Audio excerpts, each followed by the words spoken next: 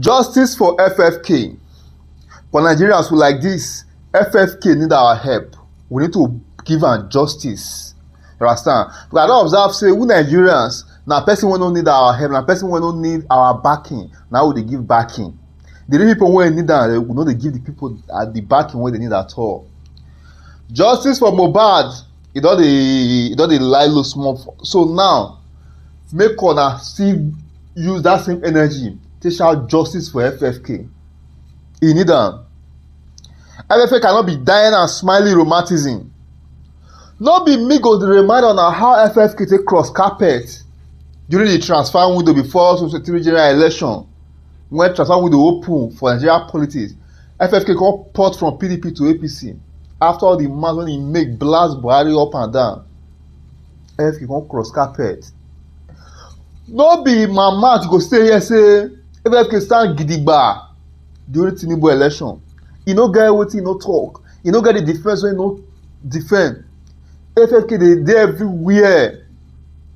Dey defend Tinubu, dey campaign for Tinubu. Tinubu come, dey come to election, Tinubu come win. Even after election sef, FFK when they never announce result, FFK, Dele Alake and Keyamo dey still burst out. Na dem be the media people, APC media team for that presidential election. Wetin dey pay me now when make am me, I dey beg Nigerians now say make dem come dey float this justice for FFK be say till as we dey talk now, we no dey hear from FFK. Since dem swear President Tinubu in, since he start this appointment, all this we no dey hear, people we no dey hear from FFK, and I am not surprised because Tinubu is not being fair to FFK. After I go try call FFK make I hear from am, because from this one I do na from my own Christian background. Now I dey talk this one so, but I go call am later. Anyhow, me and I discuss, I go let una know. You understand? Tinubu don give out all the juicy appointment finish for this administration. We never see FFK for headline. We no dey even dey hear from am. You know say FFK get bad mouth. You know say mouth no good. Na remember him and Dino. We no dey hear. Unlike FFK normally, FFK na another Dino Melaye. FFK na another person Keyamo. You understand? So we no dey.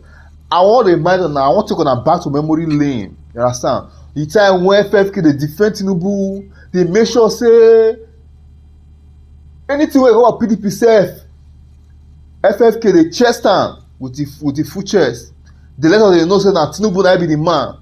Those who don't forget just now, because FFK no dey headline again. Suffocate the poor. Let's talk about the mission of Bola Tinubu. Breathe. Don't suffocate. Obasanjo's house. And I'm being joined by a chieftain of the APC, a former Minister of Aviation, Chief Femi Fani-Kayode. Thank you so much indeed for coming tonight. Good evening. Thank you very much for having me. Because before we get into why Bola Tinubu went into Chief Obasanjo, who is your former principal, I'd like you to react, to give you an opportunity as a member of the APC to react to what Chief George said on your candidate and your party.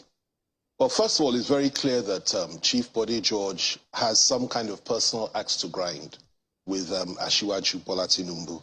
And it really is, for me, tragic to see an elder statesman and somebody I have immense respect for, to stand on TV or sit on television and begin to use words like clown and this, that, and the other against a man that has been a contemporary of his over the years. They may have had political differences, but to bring such personal animosity and angst into a political arena is something that gives me deep concern. I think he's obsessed. I think that he's virtually delusional. I think that his hatred for Asiwaju Bola Tinubu has beclouded his judgment. And I think, frankly speaking, there's nothing that Asiwaju can ever do to appease or please people like Chief Bode George. He's made up his mind that Asiwaju is a demon. He's made up his mind that he will never support him. He's made up his mind that he will demonize him for the rest of his life. And that's okay, because it really doesn't matter to us. The most important thing for us is this: what the people think and what the electorate thinks and what they will do. not what Chief Bode George, in his delusions and obsessions, manifests in terms of his wording. But what about some of the issues that he has raised, the questions that he has asked tonight? Like what? What are the answers to them? Well, he asked questions like what? He said that the elections were rigged. He said that ever since 1999, Bola Tinubu's elections and the elections that parties belonging or which Bola Tinubu led were rigged in Lagos State. So rigged in 1999, rigged in 2003, rigged in 2007, rigged in 2011, rigged in 2015, rigged in 2019. And he's saying because there's a new electoral act, this time round Lagos State will go PDP. The truth of the matter, and everybody knows, is that Lagos State will never go PDP. PDP itself imploded in Lagos State many, many years ago, never to be resurrected, as dead as a dodo. They will never resurrect. And no matter what he says, the answer lies in going to the field. Tinubu has defeated them every single election in Lagos State, fairly and squarely, gone through all the due process, all the courts and so on and so on, and continuously comes out on top, not just in Lagos, but in many other states in the southwest. And that is something that you should give him credit for, even if you don't like his face. So I find it difficult to sit here and listen to some of the things that this man has said. It's unfortunate. I think we should take our personal obsessions out of this. Let's stick to the issues. Let's be reasonable and rational and not come here and make absurd claims. He raised some issues, yes, and he was asking questions. Yes. As a stakeholder, he's from Lagos State. Yes.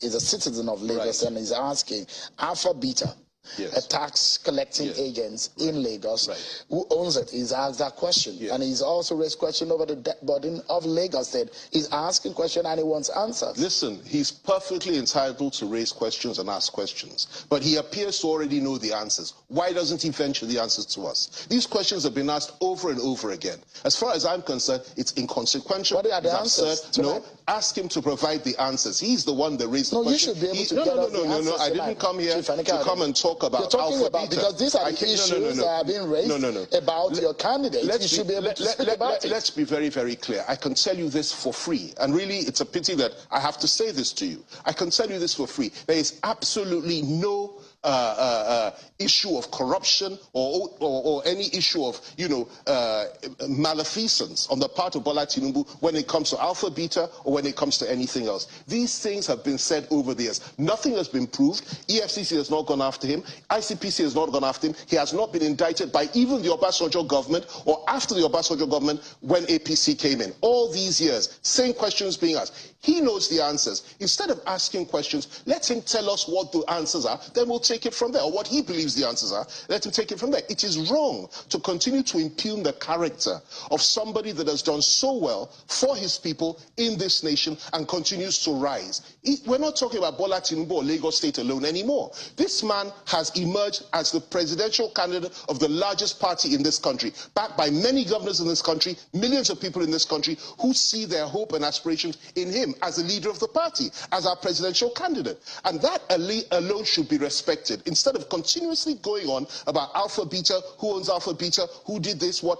The world does not begin and end in Lagos State. Lagos has done very well. Only a fool would say Lagos has not flourished since 1999, what it was then and what it is today. It has gone from strength to strength, and I'm very proud of the fact that I lived in Lagos for many years of my life. Look at Lagos today compared to yesterday. It's done exceptionally well. That is a given. So I think that we should focus on the whole country and raise issues that are pertinent to an election, not on who owns Alpha Beta. If he has the answer, let him provide it, then we'll take it from there. I know that the campaign period will give room for sure, more debate over this. I think it was just okay for me to allow you to respond to some of these issues. There'll be a lot of room. But let's begin with some of the conversations that are prepared for you, with you.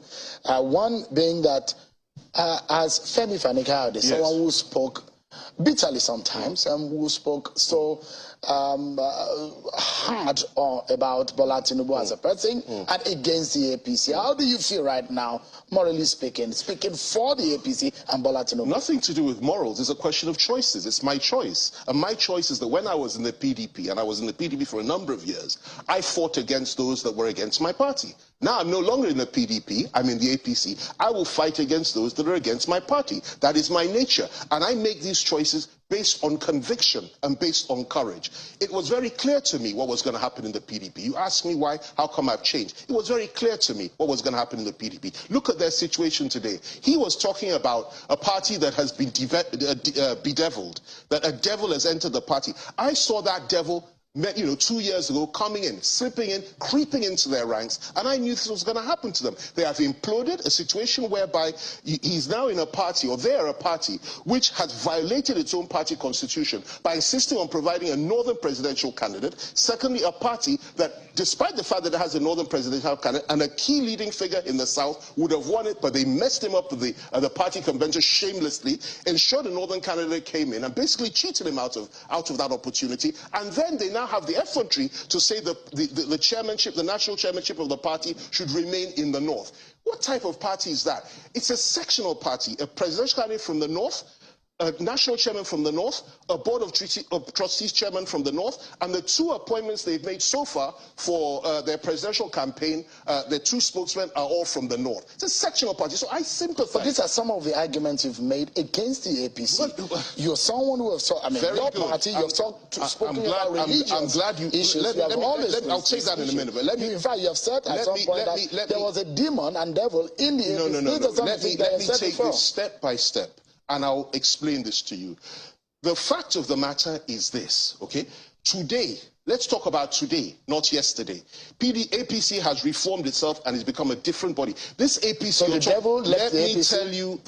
The devil you saw 2 years ago? No. But definitely it's been exercised, and I'll tell you why. And it's proved. I'm not just saying it.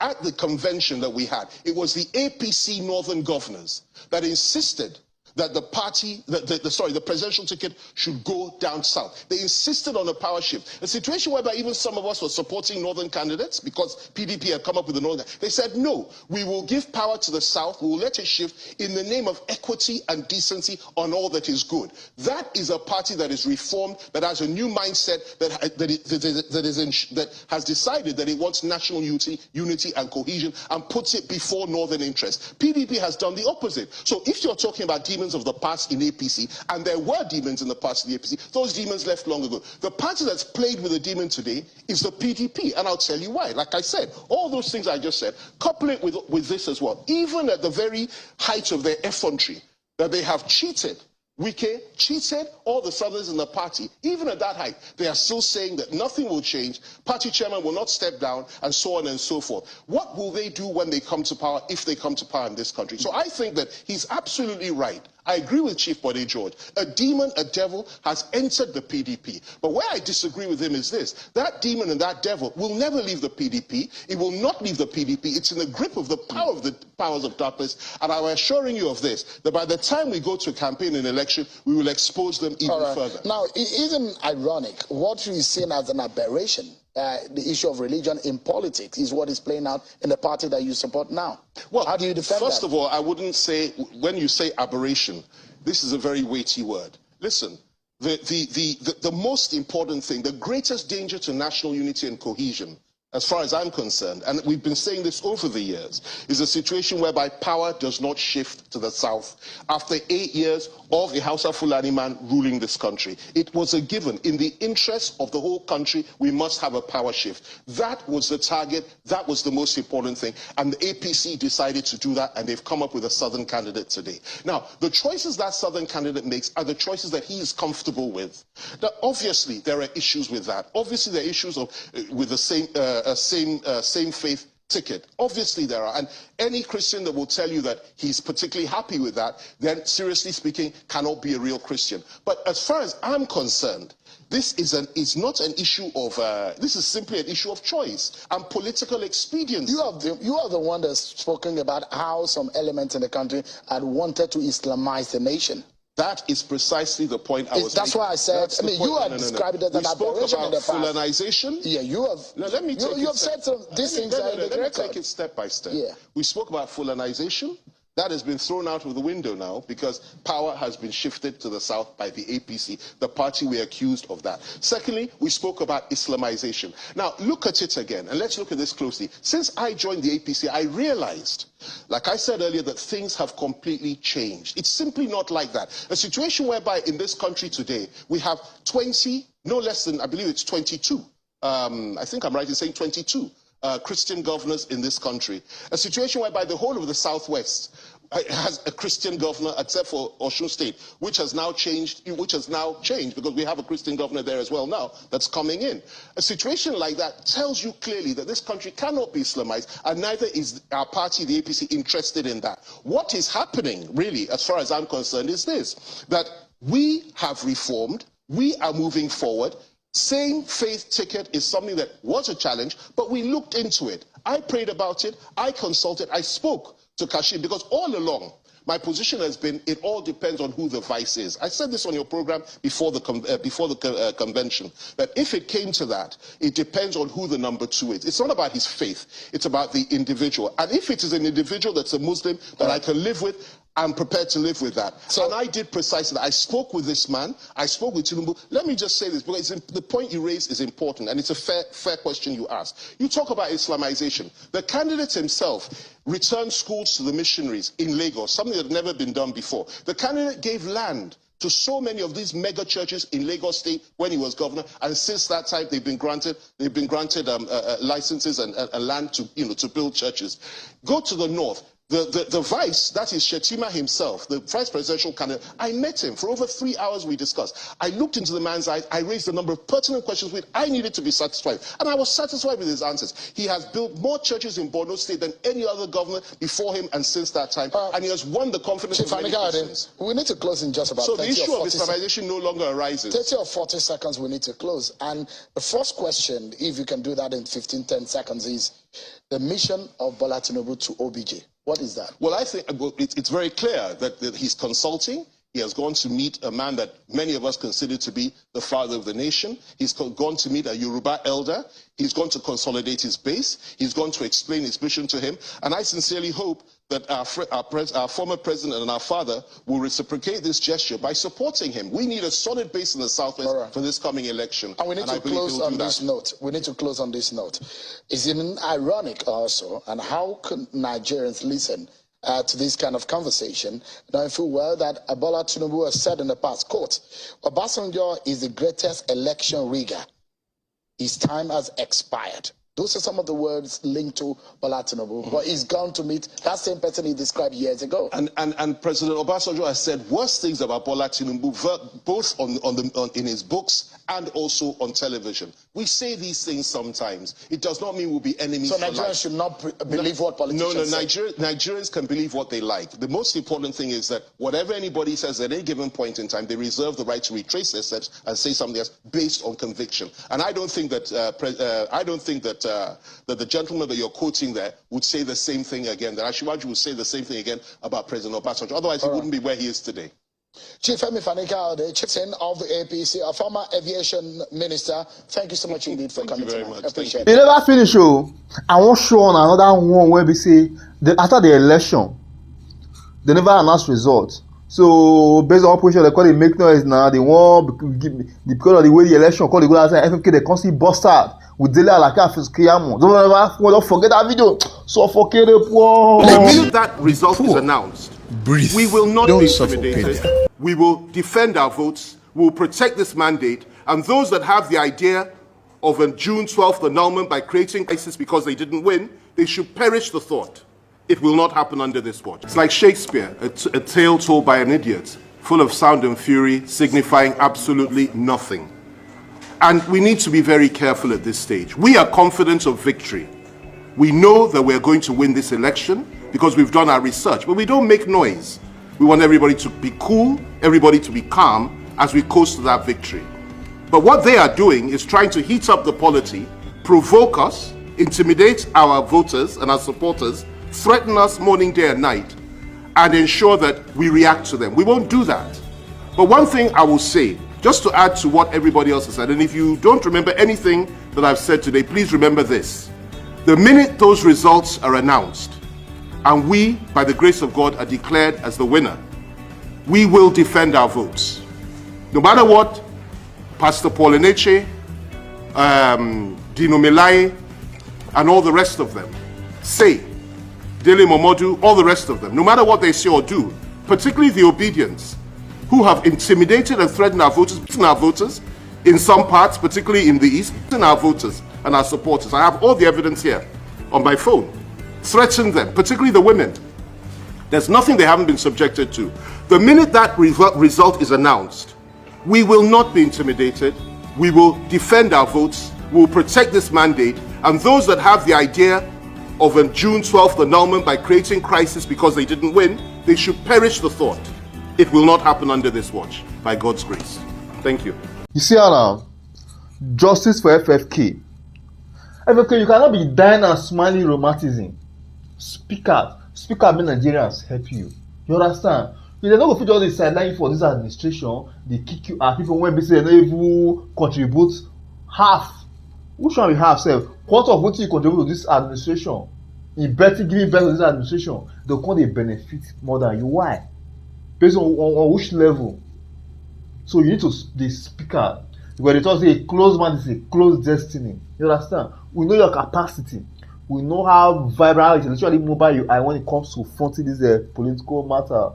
Somebody really when it comes to working for your part of politics. You understand what I mean? Not kind of the other way around. You understand? And they try go like this, so not kind of go like this. I know you do. But I understand when I talk. I mean, FFK usually make it speak up. Maybe I will understand if you know speak up. We need to do justice for FFK. You understand me now?